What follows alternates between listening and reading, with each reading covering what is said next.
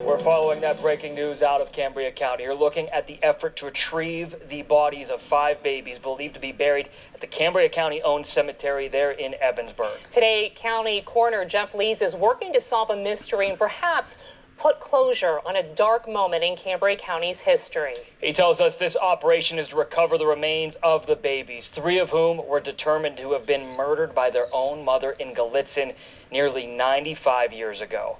It's a story that shocked our area and the country when it first broke back in 1980. Investigators say Stella Williamson killed her children in the 1920s and 30s. Immediately after her death, in 1980, a letter was discovered where she confessed to killing the children. Her note led state police to a trunk in her attic where the bodies were stored. The bodies were flown to Philadelphia, where an anthropologist examined the remains to determine the cause of death. The bodies were then brought back to Cambria County for burial. At least that's what officials in Cambria County thought. Yeah, we're learning 2 skulls were not returned and recently discovered at a museum in Philadelphia. Their trip back to Cambria County is where our team coverage begins of a final rest, the Gallitzin baby murders.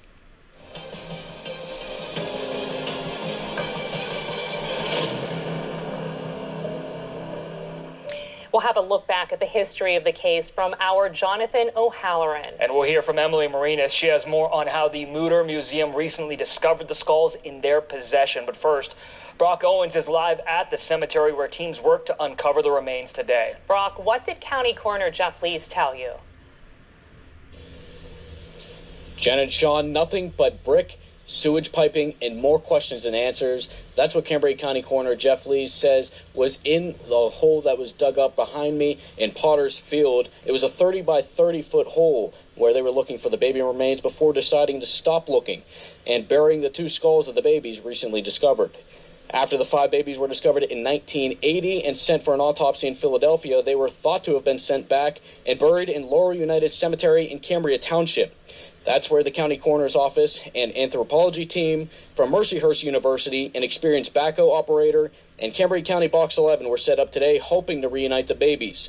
Lee says they dug 5 feet into the ground all around the area the pine box with the remains was expected to be before making the call to stop looking. The anthropologist says there are no indications in the area that show any signs that there was anything buried there. Lee says it's disappointing to not be able to reunite the babies, but the 2 skulls were buried at the site. You know, it wasn't an easy decision, but it was one that I had to make to stop. If something ever turns up, you know, you can guarantee you that I can guarantee you we'll be back here doing it properly. And once again, not only were there no remains able to be recovered in this field, but there were no indications, according to officials, that there was ever a burial, and there were no indications made in that dirt that something had been buried in that area ever. Live in Cambria County, Brock Owens, 6 News. Thanks, Brock. As we mentioned, this story went national when it broke in 1980. Jonathan O'Halloran takes us back to what happened in Gallitzin that led to the discovery of the mummified remains of 5 infants. A gruesome story spanning nearly a century brings us to Cambria County's Richland Cemetery. It's not until 1980, when Stella Williamson's life ends, that the story of the Gallitzin baby murders begins. August 25th, 1980, 76-year-old Stella Williamson dies of natural causes in her lifelong home along Forest Street in Gallitzin. Stella was described as a loner who mainly kept to herself. She was a churchgoer, and townspeople remembered her fondly. Following her funeral, family friend Guy Schrack, who was boarding in the family home, is tasked with handling Stella's affairs. It's then that he finds a sealed letter. He is indicated as the receiver of her property. In looking through her stuff, it was incidental that he run across this letter that said was to be opened after her death and burial. In part, the letter written in early 1960 reads, "I want to make things right if anything should happen to me. In the attic in an old trunk, you will find babies I had. How I got away with it, I don't know, but I did so I don't want anyone else to be blamed for something they know nothing about. I have lived a good life since, so as God is my judge, this is the truth. Please forgive me if you can. Stella."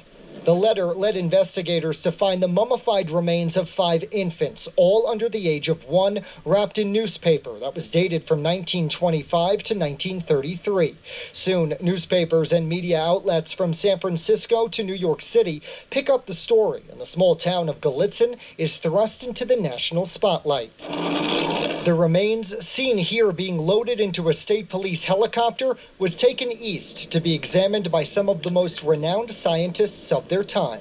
At the present time, we're leaving for Philadelphia, the medical examiner's office under Dr. Fillinger, who's going to be one of the forensic pathologists. And then also we're going to get a hold of Milton Krugman, who will also be taking care of the anthropology work. While awaiting the results of their report, Coroner John Barron gives 6 News a hint as to what's to come. What about manner of death? At this time, it does not look like they will be all natural deaths. It's revealed by the investigators at least 3 of the babies were strangled. The material they say she used still on their necks. They ranged from 5 to 9 months old. The deaths of the other 2 children, believed to be newborns, was never conclusively determined. Following their report, Dr. Halbert Fillinger and Dr. Wilton Krogman returned the sealed remains from Philadelphia to Cambria County, where they're laid to rest in an unmarked grave. The news shocked the community of Gallitzin, sending the public reeling as national news and our then 6 News reporter John McClintock descended upon the town. When the initial shockwave passed over the village of Gallitzin, it had many residents talking and wondering, trying to figure out what on earth had happened with the 5 babies in the trunk. How does a woman who by all accounts was well regarded in her church community and by those who knew her commit such horrific tragedies? It's a question community members had a hard time answering. This was as much of a total shock to him as it has been to any of the rest of us or her neighbors that have known her all her life. Well, she was a very nice woman, very friendly woman. I just don't know. I can't believe this could happen because she was so nice. The only evidence of what happened in the attic along Forest Street remains the letter that Stella left behind. There are going to be some facts I can say right now that we'll never know, and no one is ever going to know. The story began here in the 1920s and gained the public's attention in 1980. But apparently, this is a story that may now have a final page. In Gallitzin, Jonathan O'Halloran, 6 News. The Mutter Museum in Philadelphia features medical displays and is well known for its displays of real human body parts. Recently, a writer working for the New Yorker magazine reported on the growing questions about the legitimacy of the museum's collection and the way it receives them. When Coroner Lees was asked today if there would be further investigation into how the museum got the remains, Lees had this to say. Yes. Yeah. Our office is reviewing records from this museum. Our Emily Marinas is asking questions today many have been asking. One of which is, why did the museum still have these skulls from the Williamson murders? Emily? Yeah, Sean, Mutter Museum declined to interview today. Instead, they issued a statement explaining how they discovered the baby skulls were in their possession. But first, a little more about the museum's collection. Mutter Museum in Philadelphia uses the tagline "disturbingly informative" to allude to the various exhibits of human remains. The museum is known to be extremely controversial, receiving criticism regarding the ethics of its exhibits. Now, regarding the case of the Gallitzin babies, museum officials say that they discovered the remains during a comprehensive audit of their collection of over 35,000 items. They say the audit began 3 years ago and is ongoing. In December of 2024, Cambria County Coroner Jeff Lees says his office was contacted by the museum. He has since recovered the 2 infant remains and is now reviewing documents received from the Mutter Museum. He says that the coroner's office spoke with former Cambria County Coroner John Barron and says that this was in no way, shape, or form authorized to happen. Museum officials say that the remains were never accessioned into the museum collection, and they were unaware of their existence prior to the audit. Mutter Museum's parent, the College of Physicians of Philadelphia, said today that during the audit, quote, our researchers discovered the mummified heads of 2 infants.